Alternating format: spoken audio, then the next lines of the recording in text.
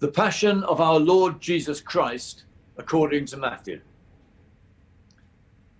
One of the 12, who was called Judas Iscariot, went to the chief priests and said, "What will you give me if I betray him to you?"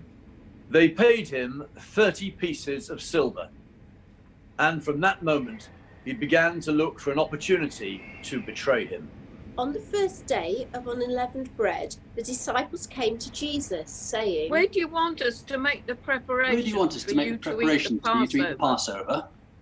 Go into the city to a certain man and say to him, "The teacher says, my time is near. I will keep the Passover at your house with my disciples."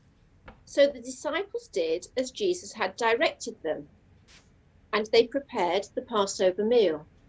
When it was evening, he took his place with the 12, and while they were eating, he said, "Truly I tell you, one of you will betray me." And they became greatly distressed, and began to say to him, one after another, "Surely not I, Lord." Surely not I, Lord. Surely not I, Lord. The one who has dipped his hand into the bowl with me will betray me. The Son of Man goes as it is written of him, but woe to that one by whom the Son of Man is betrayed. It would have been better for that one not to have been born.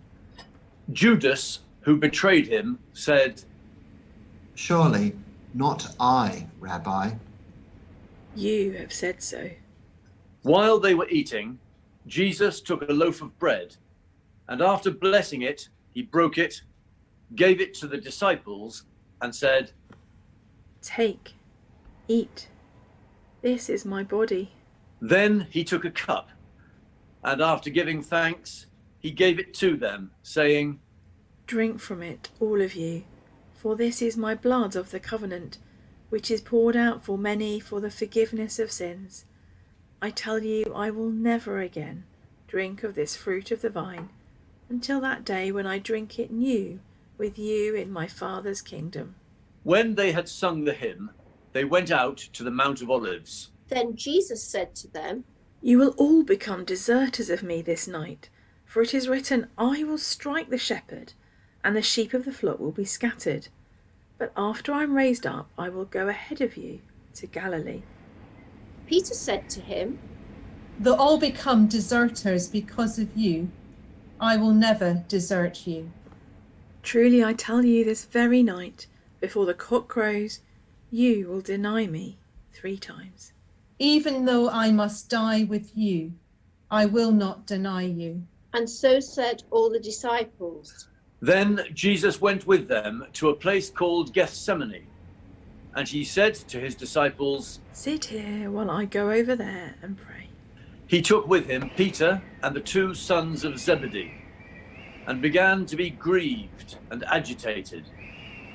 Then he said to them, "I am deeply grieved, even to death. Remain here and stay awake with me." And going a little further, he threw himself on the ground and prayed, "My Father, if it is possible, let this cup pass from me. Yet not what I want, but what you want." Then he came to the disciples and found them sleeping. And he said to Peter, "So could you not stay awake with me 1 hour? Stay awake and pray that you may not come into the time of trial. The spirit indeed is willing, but the flesh is weak." Again he went away for the 2nd time and prayed, "My Father, if this cannot pass unless I drink it, your will be done." Again he came and found them sleeping, for their eyes were heavy. So, leaving them again, he went away and prayed for the 3rd time, saying the same words. Then he came to the disciples and said to them, "Are you still sleeping and taking your rest? See, the hour is at hand, and the Son of Man is betrayed into the hands of sinners. Get up, let us be going. See, my betrayer is at hand." While he was still speaking, Judas, one of the 12, arrived. With him was a large crowd with swords and clubs from the chief priests and the elders of the people. Now the betrayer had given them a sign, saying, The one I will kiss is the man. Arrest him. At once he came up to Jesus and said, Greetings, Rabbi. and kissed him. Jesus said to him, Friend, do what you are here to do. Then they came and laid hands on Jesus and arrested him. Suddenly, one of those with Jesus put his hand on his sword, drew it, and struck the slave of the high priest, cutting off his ear. Then Jesus said to him, Put your sword back into its place, for all who take the sword will perish by the sword. Do you think that I cannot appeal to my Father, and he will at once send me more than 12 legions of angels? But how then would the scriptures be fulfilled, which say it must happen in this way? Jesus said to the crowds, Have you come out with swords and clubs to arrest me as though I were a bandit? Day after day I sat in the temple teaching, and you did not arrest me. But all this has taken place, so that the scriptures of the prophets may be fulfilled. Then all the disciples deserted him and fled. Those who had arrested Jesus took him to Caiaphas, the high priest, in whose house the scribes and the elders had gathered. But Peter was following him at a distance, as far as the courtyard of the high priest.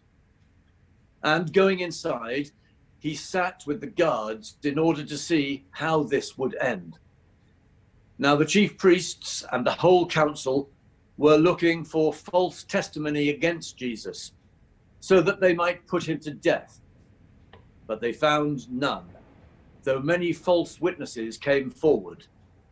At last, 2 came forward and said, This fellow said, I am able to destroy the temple of God. And to rebuild it in 3 days? The high priest stood up and said, Have you no answer? What is it that they testify against you?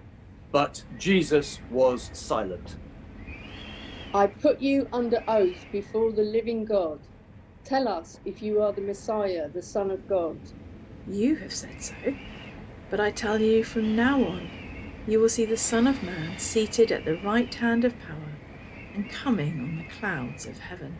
Then the high priest tore his clothes and said, He has blasphemed. Why do we still need witnesses? You have now heard this blasphemy. What is your verdict? They answered, He deserves death. He deserves death. Then they spat in his face and struck him.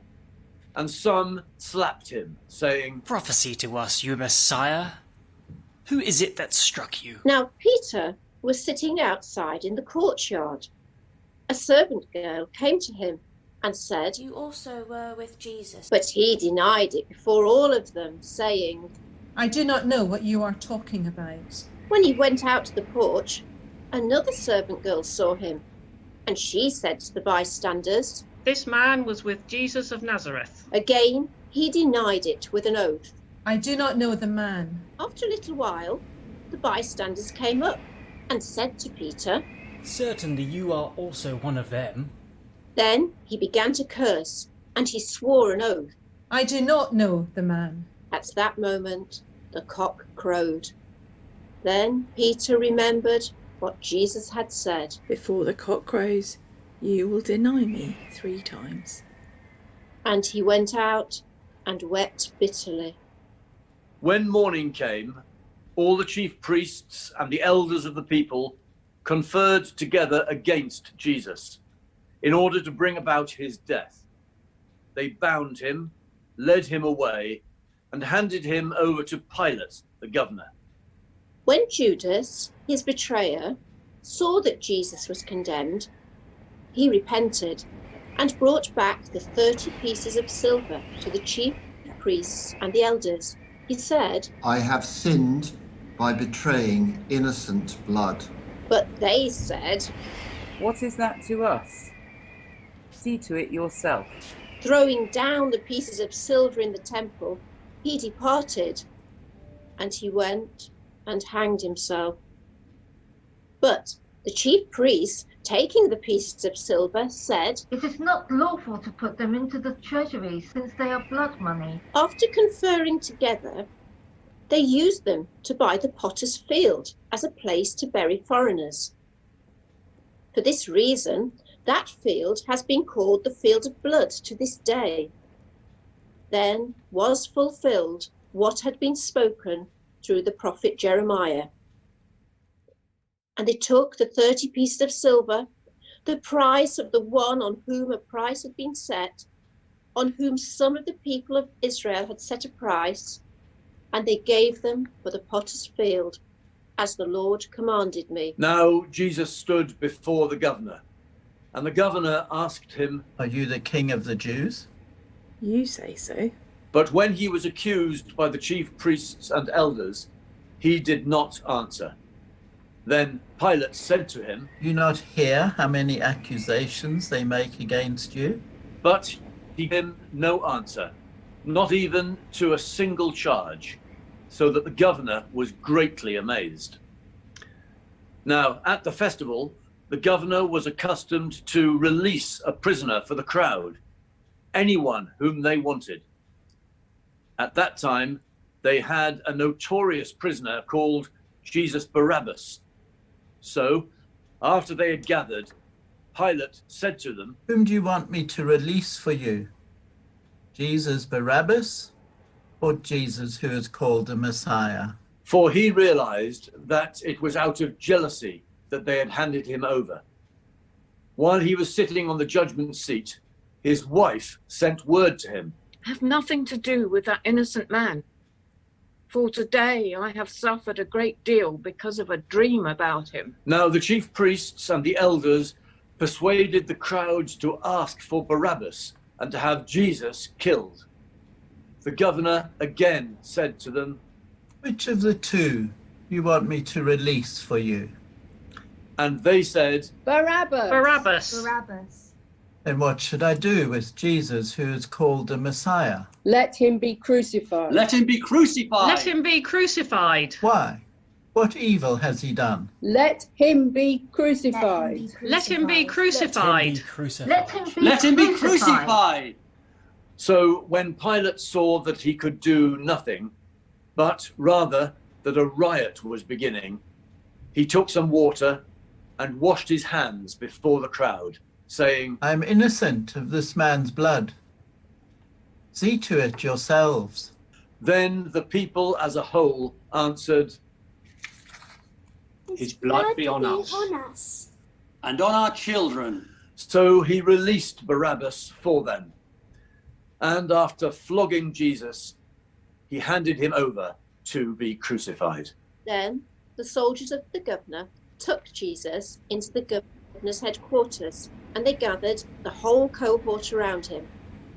They stripped him and put a scarlet robe on him, and after twisting some thorns into a crown, they put it on his head. They put a reed in his right hand and knelt before him and mocked him, saying, "Hail, King of the Jews!" They spat on him and took the reed and struck him on the head. After mocking him, they stripped him of the robe and put his own clothes on him. Then they led him away to crucify him. As they went out, they came upon a man from Cyrene named Simon. They compelled this man to carry his cross, and when they came to a place called Golgotha, which means place of a skull, they offered him wine to drink, mixed with gall. But when he tasted it, he would not drink it. And when they had crucified him, they divided his clothes among themselves by casting lots. Then they sat down there and kept watch over him. Over his head they put the charge against him, which read, "This is Jesus, the King of the Jews." Then 2 bandits were crucified with him, one on his right and one on his left. Those who passed by derided him, shaking their heads and saying, "You who would destroy the temple and build it in 3 days, save yourself. If you are the Son of God, come down from the cross." In the same way, the chief priests also, along with the scribes and elders, were mocking him, saying, He saved others, but he cannot save himself. He is the King of Israel. Let him come down from the cross now, and we will believe. He trusts in God. Let God deliver him now, if he wants to. For he said, I am God's son. The bandits who were crucified with him also taunted him in the same way. From noon on, darkness came over the whole land until 3 p.m. And about 3 o'clock, Jesus cried with a loud voice, Eli, Eli, lema sabachthani. My God, why have you forsaken me? When some of the bystanders heard it, they said, This man is calling for Elijah. At once, one of them ran and got a sponge, filled it with sour wine, put it on a stick, and gave it to him to drink. But the others said, Wait, let us see whether Elijah will come to him. Then Jesus cried again with a loud voice and breathed his last.